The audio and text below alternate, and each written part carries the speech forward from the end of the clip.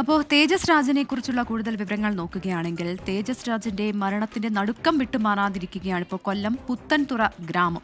ശാന്ത സ്വഭാവക്കാരനായ തേജസ് കൊലയാളിയായത് വിശ്വസിക്കാനാകുന്നില്ല എന്നാണ് നാട്ടുകാർ പറയുന്നത്. 30 വർഷങ്ങൾക്ക് മുമ്പാണ് SI രാജു കുടുംബമായി പുത്തൻതുറയിൽ താമസമാക്കിയത്. പോലീസ് ഉദ്യോഗസ്ഥന്റെ കുടുംബത്തോട് നാട്ടുകാർക്കും ഏറെ ബഹുമാനവും സ്നേഹവുമായിരുന്നു. മക്കൾ രണ്ടുപേരും പഠിക്കാൻ മിടുക്കർ. നാട്ടുകാർക്കും ബന്ധുക്കൾക്കും തേജസ് രാജ് ഉണ്ണിയാണ്.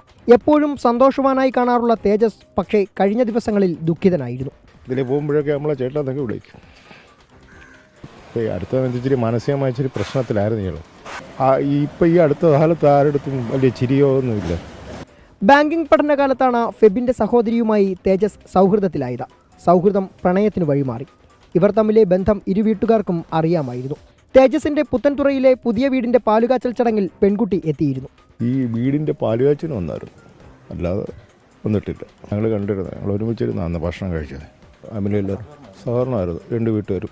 എഞ്ചിനീയറിംഗ് പഠനം പൂർത്തിയാക്കിയ തേജസിന് അച്ഛനെ പോലെ ഒരു പോലീസ് ഉദ്യോഗസ്ഥനാകാനായിരുന്നു ആഗ്രഹം. എഴുത്തു പരീക്ഷ പാസ്സായെങ്കിലും കായിക പരീക്ഷയിൽ പുറത്തായി. ഇതിൽ ഏറെ നിരാശനായിരുന്നു. കൊലപ്പെടുത്താൻ തക്ക എന്തു വൈരാഗ്യമായിരുന്നു തേജസിന് ഫെബിനോട് ഉണ്ടായിരുന്നത്? ഇതിനായി പർദ്ദ ധരിച്ചെത്തേണ്ട സാഹചര്യം എന്തായിരുന്നു? ഇങ്ങനെ നിരവധി ചോദ്യങ്ങളാണ് ഫെബിൻ കൊലക്കേസിൽ ഉയരുന്നത്.